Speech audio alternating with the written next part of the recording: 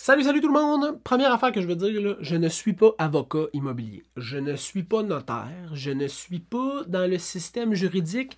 Je veux juste vous relater quelque chose que je vois qui se passe, qui me met hors de moi, puis qui est excessivement important de comprendre.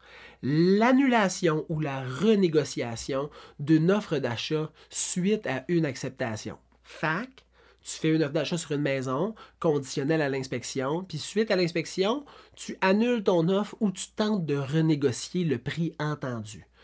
Je te dis ça, là, c'est une plaie présentement au Québec, une épidémie de comportement qui est souvent mal justifié ou injustifié. Il y a eu un jugement de cour en faveur d'un vendeur présentement au Québec. Et je tiens à redire, je ne suis pas avocat, là. J'ai juste fouillé, j'ai reçu une couple de formations, puis pour moi, c'est un sujet qui m'est super important. Puis je prends le temps de bien éduquer mes acheteurs quand je fais une offre d'achat parce que c'est un sujet qu'il ne faut absolument pas minimiser, qui est très important d'être compris, puis qui est très important d'être appliqué dans une transaction immobilière. Le jugement de cour s'appelle, c'est un jugement récent au Québec, Simoneau contre Bisson-McLean. C'est des acheteurs qui se sont désistés suite à une offre d'achat acceptée et suite à l'inspection. Okay? Les vendeurs ont finalement vendu la propriété 87 000 $ de moins qu'ils étaient supposés de vendre avec ces acheteurs-là. Et le recours, puis les poursuites d'indemnisation que les vendeurs ont reçues, c'est 100 000 $. Ça veut dire que, écoute, j'ai pas lu tout, là, mais les acheteurs qui se sont désistés ont dû donner 100 000 $ aux vendeurs qui les ont poursuivis.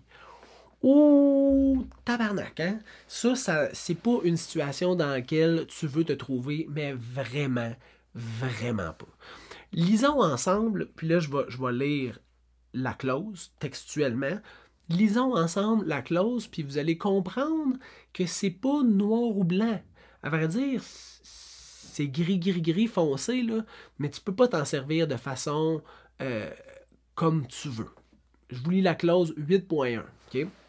Cette promesse d'achat est conditionnelle à ce que l'acheteur puisse faire inspecter l'immeuble par un inspecteur en bâtiment ou un professionnel dans les X nombre de jours suivant l'acceptation de la promesse d'achat.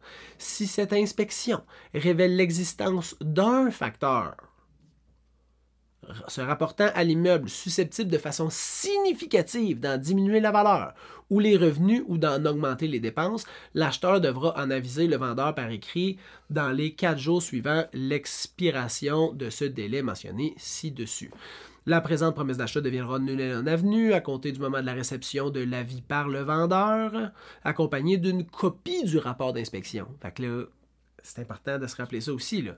Dans le cas où l'acheteur n'aviserait pas le vendeur dans les délais et de la façon prévue ci-dessus, il sera réputé avoir renoncé à la présente condition. Il y a des mots importants là-dedans. Un problème qui touche significativement la valeur de la propriété, puis il y a un rapport qui doit être donné. On prend une affaire à la fois. Fait que c'est pas un paquet de petits problèmes de 1000 $ qui font 20 problèmes de 1000 $, puis là, pour 20 000 $, je décide de ne pas acheter. Un facteur se rapportant à l'immeuble qui en diminue la valeur ou qui augmente les dépenses ou qui diminue les revenus de façon significative. Fait que ça, c'est un autre mot qui est excessivement important. Il faut que ça soit significatif. Fait que là, mettons, on se donne un exemple. Là. Mettons que tu as une fissure de fondation, pas d'infiltration d'eau, pas de dommages à l'intérieur, 1000 $ pour faire réparer la fissure. C'est-tu significatif? Je te laisse en juger. Hein? Tu as une petite infiltration d'eau dans l'entretoit, ça n'a pas atteint la structure, ça coûte à peu près 1000 $ à faire réparer. 1000, 2000, mettons qu'on va dire. C'est-tu significatif? Je te laisse en juger. Je ne suis pas juriste. Je ne suis pas là pour juger. Mais je fais juste te dire, c'est-tu significatif? Hi! Pas sûr. Après ça, il faut qu'un rapport d'inspection soit donné. Fait que mettons que le gars qui est venu, le professionnel qui est venu, là, c'est ton chemin, que tu n'as pas payé, mais qui est en construction avec toi, puis qui est entrepreneur général, ça ne fonctionne pas. Faut que ça soit quelqu'un qui donne un rapport d'inspection, comme un inspecteur en bâtiment. Puis moi, ça, j'en parle là, parce que c'est quelque chose qui me met hors de moi, quand je représente un vendeur, qu'on fait une mise en marché, une bonne stratégie, là, qu'on reçoit 4, 5, 6, 7 offres d'achat, on est au-dessus du prix demandé, puis là, on accepte une offre d'achat en laquelle on a confiance, puis là, suite à l'inspection, les personnes tentent de renégocier ou tentent de se sortir de l'offre d'achat. Quand je reçois le rapport d'inspection, puis je le lis, puis là, je fais comme... plein de petites affaires, mais c'est plein de petites affaires, tu sais, c'est pas significatif, c'est pas un problème, puis des maisons parfaites, là, ça existe pas.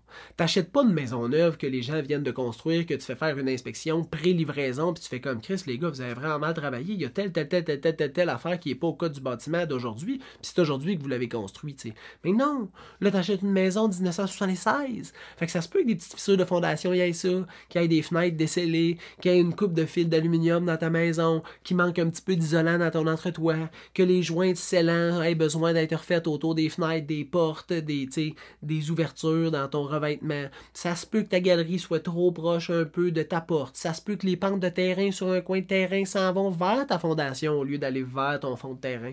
Mais ça, là, c'est plate, mais c'est normal. Parce que, enfin, c'est pas normal. Tu veux pas ça chez vous. Mais c'est normal que pour une propriété qui a une histoire, qui ait des marques de cette histoire-là. Moi, j'ai 35 ans, là, puis si tu me vois tout nu, là, j'ai des cicatrices, hein, j'ai des marques de ma vie, parce que j'ai bougé, j'ai fait des choses, hein, j'ai essayé des affaires, ben j'ai des marques. Ben la maison, c'est la même chose. Fait que là, cette capsule-là, là, elle sert à ce que tu comprennes qu'une inspection, ce n'est pas un véhicule de renégociation, puis pour te sortir d'une inspection, sans recours possible contre toi, tu dois respecter ce qui est marqué dans la clause d'inspection. Hein. Il faut que ça augmente les dépenses, ça diminue les revenus de façon significative. Un problème se rapportant à l'immeuble. Puis il faut que tu donnes le rapport d'inspection. Mais regarde, je te laisse en juger si tu es dans cette situation-là. Mais si tu veux des conseils, n'hésite pas, tu peux m'écrire. Moi, je ne suis pas avocat. Je ne peux pas nécessairement t'aider dans une situation très particulière, mais je vais pouvoir te référer à des gens qui ont la réponse ou qui vont pouvoir t'aider à naviguer dans le processus de réflexion dans une situation qui est vraiment pas commode, ni pour le vendeur, ni pour le courtier, ni pour l'acheteur.